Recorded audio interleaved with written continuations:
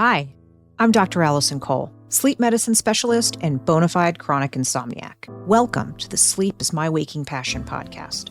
Remember, knowledge is empowerment, and if applied correctly, it can help you biohack your way to a better night of sleep, just like I did.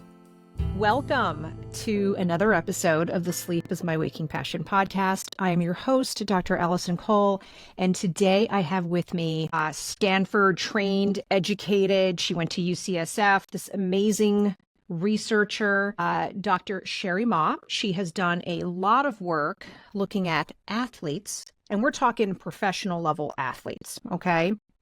And how to optimize their performance, incorporating sleep.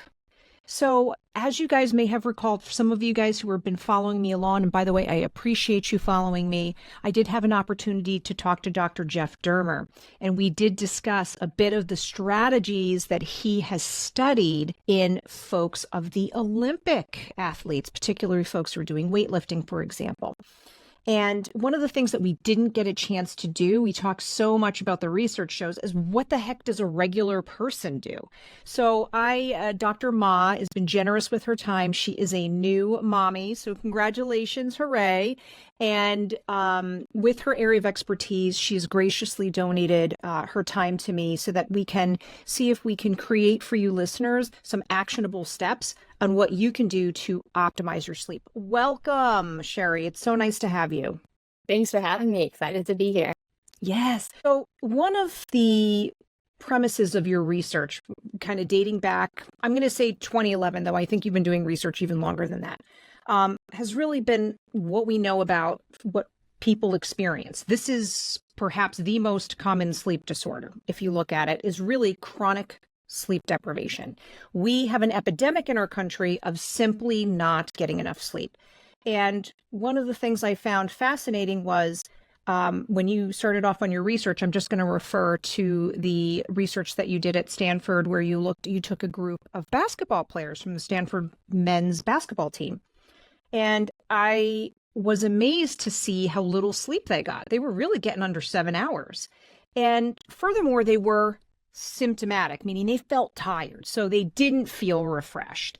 And you guys went ahead and had them extend their sleep with really dramatic results. I mean, significant improvement. Can you talk to me a little bit about how you got fascinated with sleep deprivation and the relationship between sleep and athletes? I don't know. I would have loved to be involved in this research if I could turn back time. This is such a cool topic. Like, what inspired you to even get involved with looking at this? Sure. Well, this dates back to when I first came into the field as a undergrad at Stanford, and I met Dr. William Dennett, who is obviously the father figure of our field, and had a unique opportunity to do some research with him and eventually some teaching with his undergraduate class. But one of the very first studies I was involved in was looking at how to pay back that accumulated sleep debt through sleep extension in an undergraduate population. So not elite athletes. It was trying to assess if we pay back sleep debt over multiple weeks in these undergraduate students where the assumption was that they were quite tired and not at their best, would that have an effect on, say, their mood levels or on their reaction time? And it was actually by chance that we had several swimmers in that study. They came into the lab one day and said, we see that you're looking at our reaction time and our fatigue levels, but I just wanted to let you know, I set a couple of personal records in my last swim meet. And that's when sort of the aha light moment went off in my head. I was like, that's really interesting, right? We're looking at the cognitive performance and we're looking at the effects on mood, but would that manifest itself physically? And so that was what triggered my interest in looking specifically at athletes. Now fast forward, I stayed to do my master's, and that's when I said, let's now look at the Stanford student athlete population, and can we do it specifically? Let's start with men's basketball, repeat that study, but really focus on not just the reaction time, the mood levels, fatigue levels, but also incorporate then on court performance metrics. So free throws, 3-point shots, sprinting drills that we could control after every regular practice, since not everyone on the roster was participating. And they were assessments of performance, which obviously these are not novice players. They've been doing this for their entire lives. And can we see any effect on physical performance? And we found 9% improvement in free throws, 3-point shots, faster sprint times, and this was over a 5 to 7 week period, so over a quarter essentially. So it wasn't just an effect that we saw with one night or one weekend of good sleep or catching up that I think most people associate with kind of that it was much of a longer 5 to 7 week interval. But that's where we saw we could pay back that debt significantly, and these athletes were experiencing some of the performance metrics and benefits on the court. This is so huge, because my understanding from speaking with Jeff Dermer is that people within, I'm going to call it an industry for lack of a better term, but people who are involved in either collegiate athletics or professional athletics. I think you've been involved with the NBA, the NFL, the MLB, the NHL. I mean, major, professional arena have you not been involved in? It seems like everyone's really taking sleep a lot more seriously these days. Would you say that that's true? Do you think there's a lot more work to be done, or do you think we're moving in the right direction? I think we definitely are moving in the right direction. I've seen progress over the last, let's say, 10 years, 15 years of individuals, not just in sports, but the general population embracing sleep as an important part of their health and wellness. And specifically in sport, I observe that there's more athletes that have been immersed around sports science, around wearables in the last 10 years. So they're more accustomed to being able to monitor an aspect like their sleep than, say, 10 years ago. So I think there's some athletes that definitely are starting to be advocates around sleep and share their sleep success stories of how much this has really impacted their performance or even longevity in a sport. And I think that those are helpful anecdotes to share, because it's inspiring to see what these top athletes are doing.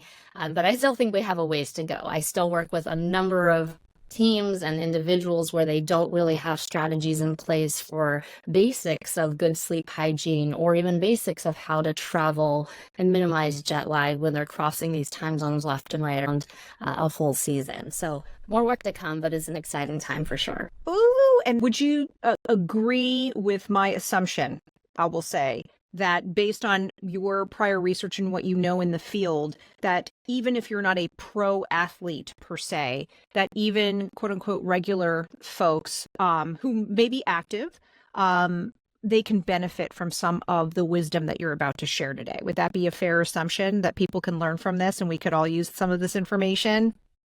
Yes, definitely. Whether you're a pro athlete or even just a weekend warrior, or just honestly trying to be your best, we know that healthy sleep is so foundational, and these elite athletes in some ways are just a model to be able to quantify some of those performance metrics, because they often are monitoring, in-field performance and some of these other variables on a regular basis. So it's easier to be able to see those changes over time. But I think these lessons that we've learned from studying athletes, applying that with them, is applicable to all of us. Just even to be your best at whatever it is, right? Whether it's you're a working professional, or you just want to, be your best for your kids and your family. It's going to be important. And really, it's I think, one of the most under-recognized competitive advantages. So for whatever that is for you, for these athletes, it's trying to win the gold medal with the Olympics coming up. It's trying to, clinch the NBA title. But I really recognize and think that this is an area that these athletes are leveraging, because they know that it's not going to give them just that 1%, right? It's arguably two double digits, or even the 9% I showed in men's basketball. So many of them are vying to try and find all these strategies to get a little bit more performance enhancement, and sleep is a healthy, safe, effective way to really give yourself the biggest boost possible. Guys, pay attention here. Competitive advantage. If there's no other reason to really take your sleep seriously, and you have that competitive spirit that a lot of us do as type A personalities that are going, trying to get to the next rung, sleep is your friend. I think I definitely grew up in an era where it was like, I'll sleep with them dead. It was never a priority. Man, if I could turn back time, I really have to say. My experience being, doing a lot of clinical sleep medicine has been that often my patients come in and they really are complaining that they're struggling with sleep. And I do have, of course, folks that are absolutely sleep deprived as well. And one of the concerns or things that I keep in mind when I'm making recommendations for folks is primarily that I don't want them to kind of go about extending their sleep in a way that may suddenly lead more to an insomnia or difficulty sleeping picture. Like I don't want them to take too big a bite, if you will, than they can really handle, because I don't want to create more problems when I'm trying to extend their sleep. What are some rules of thumb that you think are really sort of useful for people to start if they're listening to this and you're like, you know what? All right. I have to acknowledge in myself, and that's an acknowledgement, right? We have to own that we probably could sleep more than we are. Sometimes I think people kind of are like, no, I'm one of those short sleepers. I'm like, right. That's why you have to sleep 9 hours on the weekend. I don't believe that.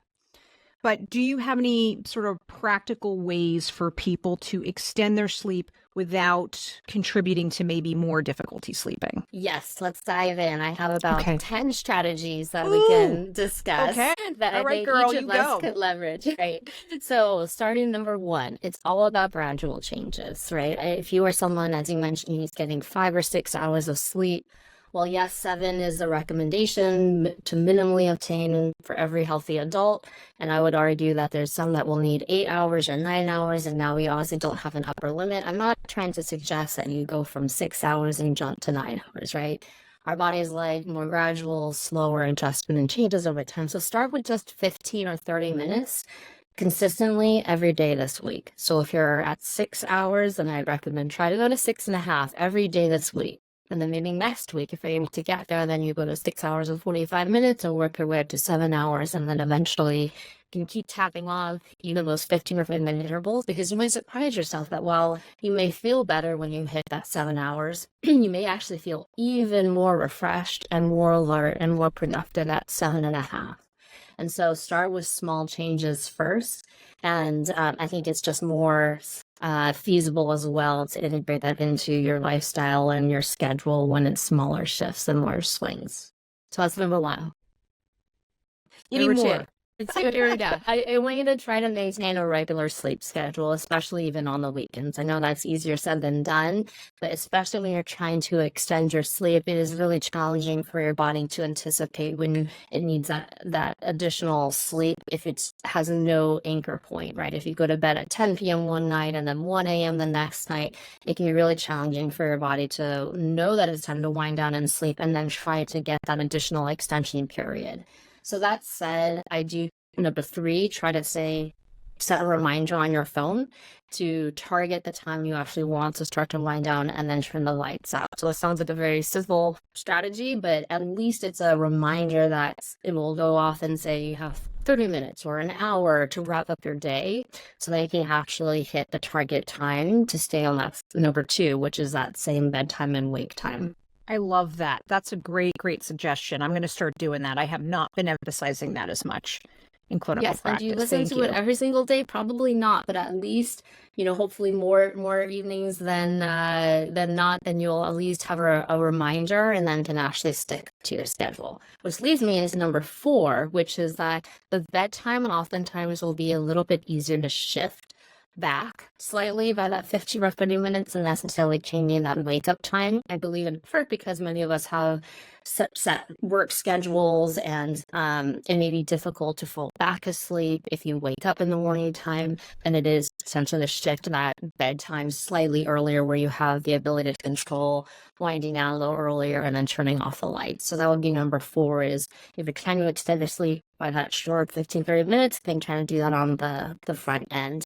Obviously, there's situations where this may not work as feasible. For example, in adolescence or the college age where they're a little bit more phase delayed, that might be a little more challenging. But it's also the population that is quite sleep deprived as well. So yes, that it might be challenging too. But generally, it might be easier on the bedtime to make that short adjustment.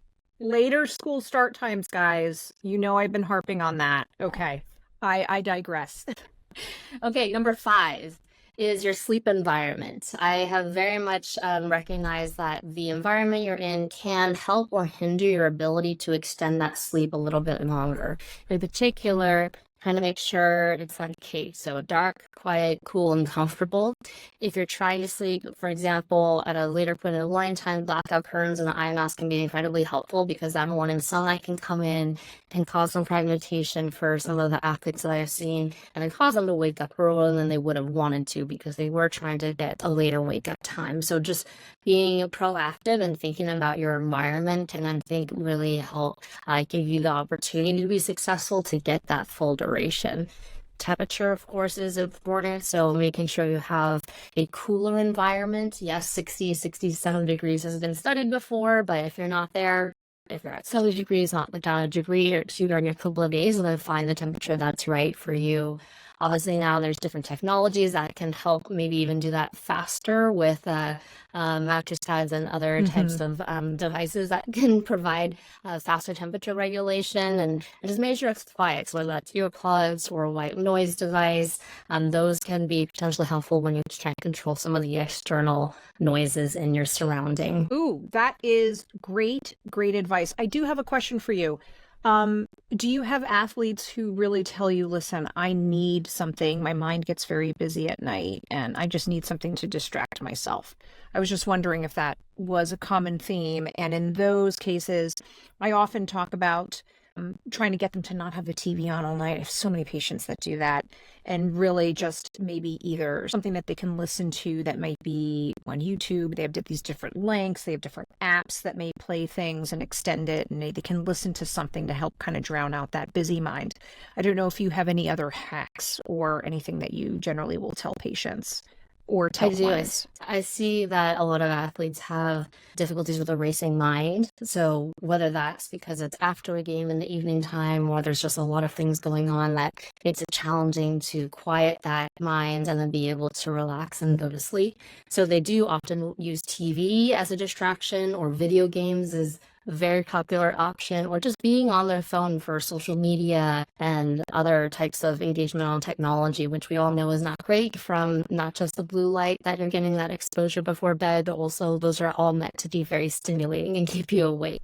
So one of my strategies here, yes, is also thinking about the racing mind and stressors, right? So making time for stress-reducing activities in the daytime, and then also making sure that you've built in a wind down routine for racing mind specifically. And the way that I have advice on athletes is making the first half of that wind down routine specifically to process your thoughts, whether that's journaling, writing a to-do list, some way to be able to work through those thoughts of the day, prepare for tomorrow outside of that in another room, and then give yourself, say, start with 5 or 10 minutes. And then once you've been able to work through that and giving yourself a dedicated time to think through those thoughts so that they're hopefully are not occurring when you get into bed, then transition next to a relaxing activity, whether that's reading a book, listening to music. Dr. Kole, you mentioned, some of these apps that can help with, say, guided meditation or breathing exercises is one of my favorite because that can really activate your parasympathetic system, dampen down that sympathetic system. So Calm app, Headspace, some of those I think have been useful tools for some athletes. And then that gives you a dedicated time to actually relax, lie down, and then transition into sleep. So if you build that as a foundation where you give yourself that time to process thoughts, then relax and wind down and then go to bed, I think it's done huge wonders for a lot of athletes to have this structure in place so that they're, again, more proactive with their sleep and not reactive and just jumping into bed and then experiencing that racing mind that we've all had at some point in our life. In addition to one of my another strategy is just thinking about the timing. So a lot of these athletes will keep leaving the evening times, and specifically then it's more challenging to wind down post game because they are very sympathetically driven. And so some of these specific strategies with breathing exercises and trying to activate that parasympathetic system is something that I've integrated into their on that. And now a quick break, but don't go anywhere. We'll be right back. Struggling with sleep? Dr. Kole is here to help. Whether you need a comprehensive sleeping coach program, suspect you have sleep apnea, or simply seek a second opinion, she's available for consultations in New Jersey, New York, California, and Georgia, with more states coming soon. Schedule your free 15-minute consultation today to find out which visit is right for you at AskTheSleepMD.com and start your journey to better sleep with a trusted physician. If you are liking this podcast, if you're finding it educational, if you are feeling more empowered to go to your doctor with any sleep issues that you might be having to address them, please, please, please lend your support. Make sure that you are liking, following, subscribing. I am available on YouTube. I'm also on Apple, Spotify, or wherever you get your favorite podcasts. The website has launched. So we have askthesleepmd.com to be your free educational resource. We've added many new blog posts filled with juicy information. If you would like to support the podcast, we now have a way for you to donate. This is a labor of love. I truly enjoy what I am doing. It would be inspiring and truly helpful if you wouldn't mind even so much as donating $1 to keep this podcast going, particularly if you really find this free education a good platform for you and a good resource for you. I also have affiliate links for products that I'm a proponent of, such as Quiet Mind. So please check out the website, sign up, and you will get the latest news, the latest blogs, some sleep tips, and just have a great day and keep listening. Okay, guys, sleep well. Actually, Jennifer Martin, is so wonderful. And she was really sort of a mentor to me at UCLA. And she had said, listen, you really you want to try to avoid exercise. A classic had been 3 hours. And then I had read a more recent study that I said maybe just an hour and a half or so. With this type of bedtime routine, even if you are exercising a little bit later, which I do have patients that just, they play hockey or they do something kind of after hours that maybe they're at the rink a little bit later. Do you find that that's helpful in overcoming sort of all of that sympathetic surge, if you will, to get them to sleep a little bit sooner? Or do you encourage them to, kind of say, listen, it's after a game, you stay up a little bit later on that particular day just because you need a little bit more time to wind down? So I think it's important to do both. I think even if you're having a late evening game and maybe sympathetically driven, we recognize, yes, it may take you a little bit longer that evening to wind down, but there's strategies that we're building together so that you can have the framework to allow your brain and your body to relax, to cognitively process everything that we know is on your mind, and then give yourself the best chance so that you're not going to be staying up another 2 to 3 hours before you're able to sleep at night. So I think that if you build that framework, then I've seen athletes find more success with shortening that window post-game and then being able to fall asleep when they really do desire, even if it's a little bit later than the typical night. For the weekend warrior, I still think that can be helpful. So if you're having exercise, which yes, I do recommend, that's my number 6, is get in your workouts during the week. We know that more regular exercise, especially for someone who's sedentary, can really improve the quality of your sleep and help with sleep onset and the consolidation during the evening. So if that does happen, that it ends up being not a morning workout or afternoon workout, but you are doing it in the evening time, then just give yourself the time also to wind down and have a way to process your thoughts before you come into bed. And now it is interesting because they did away really with that recommendation to avoid exercise before bed, right? Before it used to be just only do it in the morning or the afternoon, but there are some individuals where the exercise does seem to enhance their ability to feel like they can fall asleep and they get more tired. So I think it's really finding what is right for you and knowing when is best to integrate your workouts in the week. I love what you're saying because you're also emphasizing the importance that some strategies may work for some folks, some may not work for others. I can certainly attest to when I'm up or very active later, I tend to have a really hard time kind of downshifting, if you will, to engage in sleep. So that's not going to work for me. But then I have patients, as you mentioned, that they're like, hey, I feel great. I can go to sleep. I'm like, kudos to you. I don't know how you do it, but because my physiology doesn't seem to align with that, but awesome. Exactly. And we have to figure out what works for us because the reality is our schedules are all quite different and it's going to change from one week to the next. So I actually do recommend trying these different strategies at different times in the day and finding, what works for you, because it won't always be the consistent schedule every single day or month or year. Things will come up in life and you have to adjust. So finding the strategies and having more than one, I think, can be helpful. For example, like a wind down routine, I try to have athletes have at least 2 activities that they enjoy and find relaxing, so that if one isn't working for them, then they have another strategy that they know is effective. Like a backup plan. Like that. Yes. When folks are traveling, and I know you've done some research in this arena, when folks are traveling and you mention jet lag, it's so real. It's so, so real. And I know it tends to be worst when you were sort of going east, if I said that correctly, right? So if you're going east, it tends to be a little bit more exacerbated than if you're going west. And one of the schools of thought that I had read about was essentially that, well, it's kind of easy for us to kind of, rather than adjust when we wake up, it's a little bit easier to adjust when we go to sleep.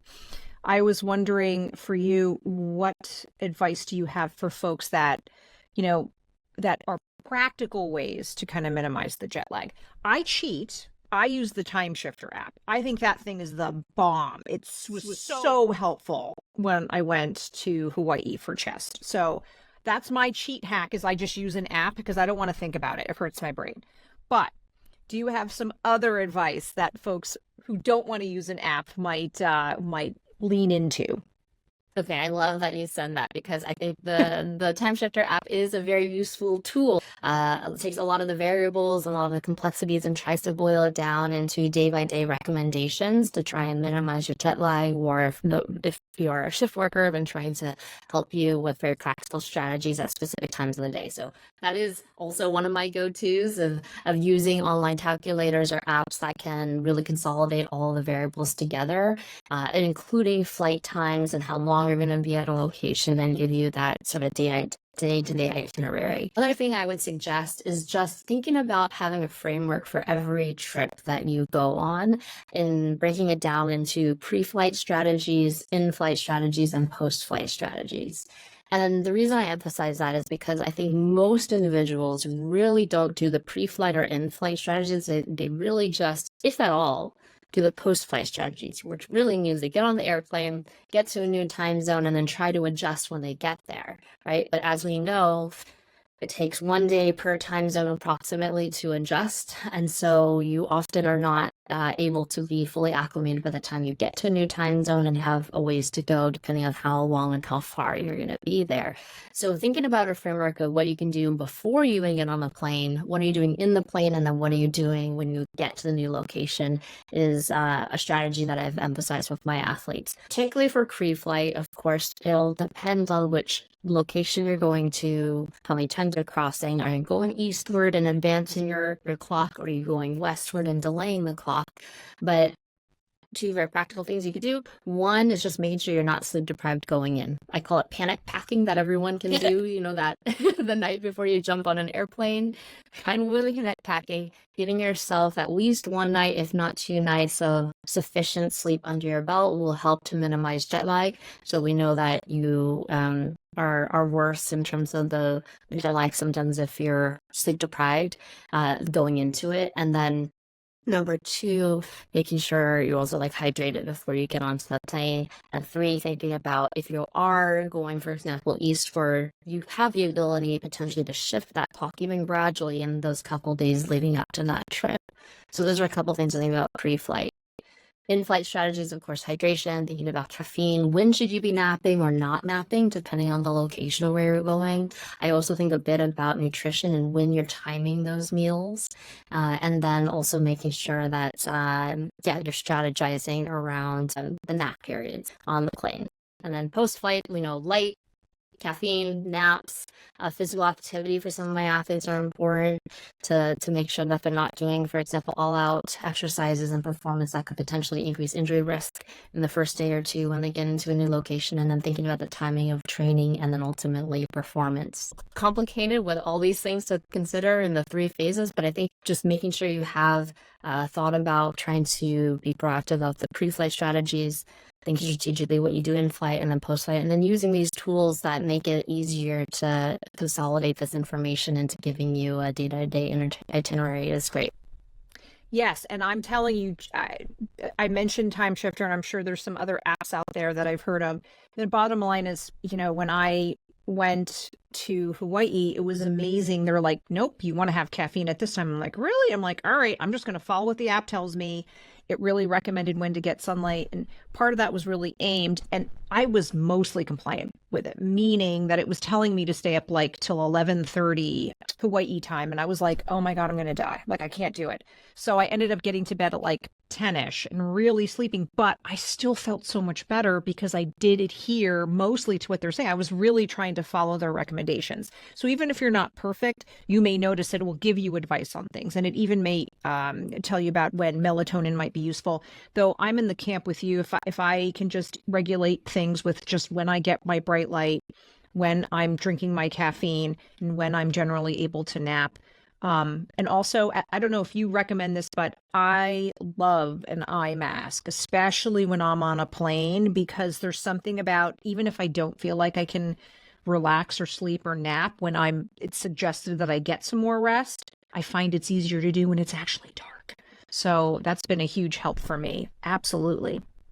I agree. The sleep tools can be really helpful, especially when you're having to sleep or nap in environments where it's less than ideal, like the plane or in transit. So bring those tools with you. Awesome. I know we're wrapping up soon, and I know the baby's going to be awake soon. So I'm so excited because he's been quiet for us. Thank you. Do you have, one of the things that you did in your research projects is you really extended sleep to like 10 hours. And I've read that people even extended it longer in some studies.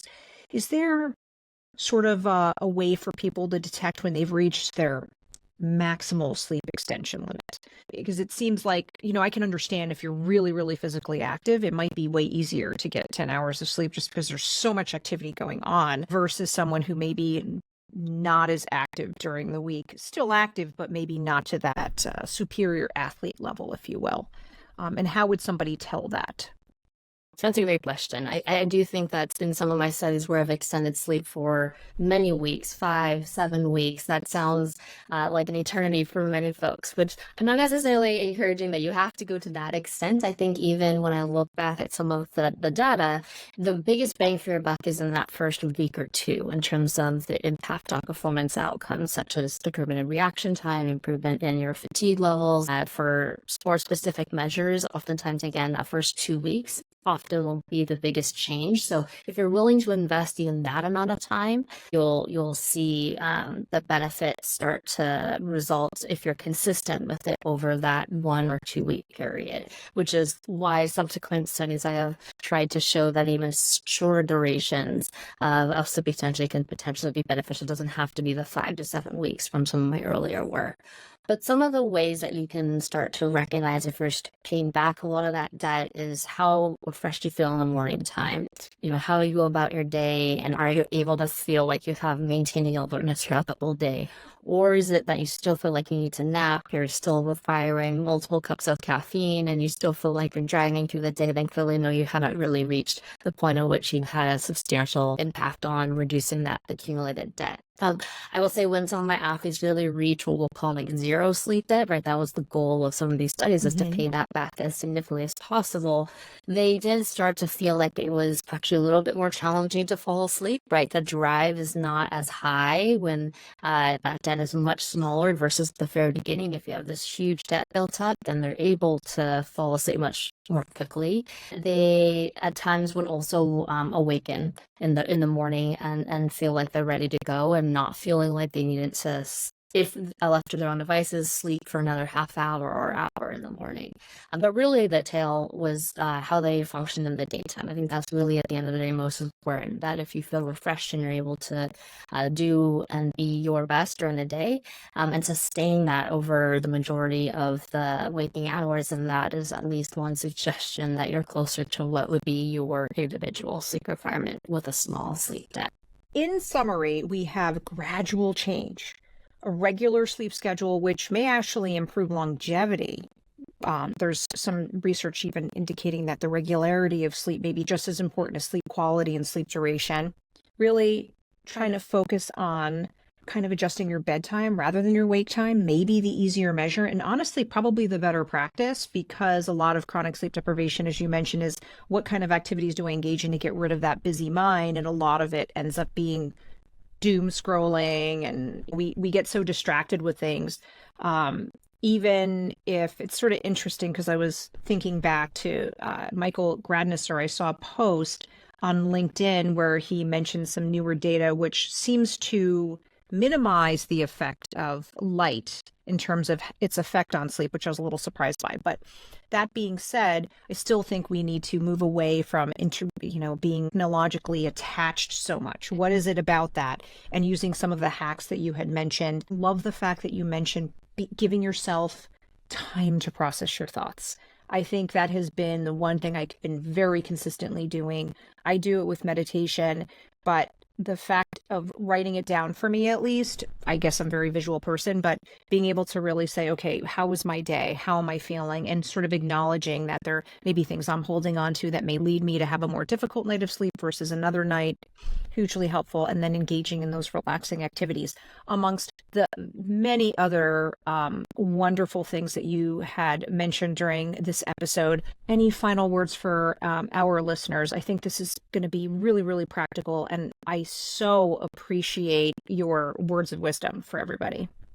Two more recommendations. One, leverage the power nap. Short power naps, 20 to 30 minutes, has been such a helpful tool, especially if you had insufficient sleep the night before or just need a little bit of a boost, and particularly if it's in the evening time, so it can give you a boost for about 2 to 3 hours and keep it just in the 20 to 30 minute range, and that will hopefully minimize any grogginess from the longer naps that you might experience. So power naps are huge. And then lastly, I would just say your sleep is not the end of today. I challenge you to think about your sleep being the beginning of tomorrow, right? So what you invest in your sleep tonight is going to affect everything about how you function and perform, and how productive and efficient you are tomorrow. Sleep is the beginning of tomorrow. I'm writing that down. So sleep is not the end of today. It's the beginning of tomorrow. I love that. Wow, that is really, really cool. That I'm going to highlight that in a blog post. That's going to be the Cheri Mah recommendations. I am not stealing this from you. I'm going to use the transcript from this episode to highlight in writing all of these wonderful pearls that you've shared with everything.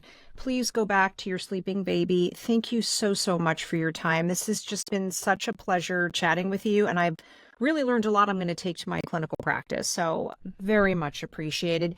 Keep up, keeping on. You're doing some really amazing work.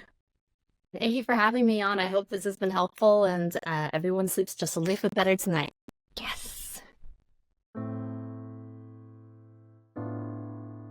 Disclaimer. The statements made on this podcast have not been evaluated by the U.S. Food or Drug Administration.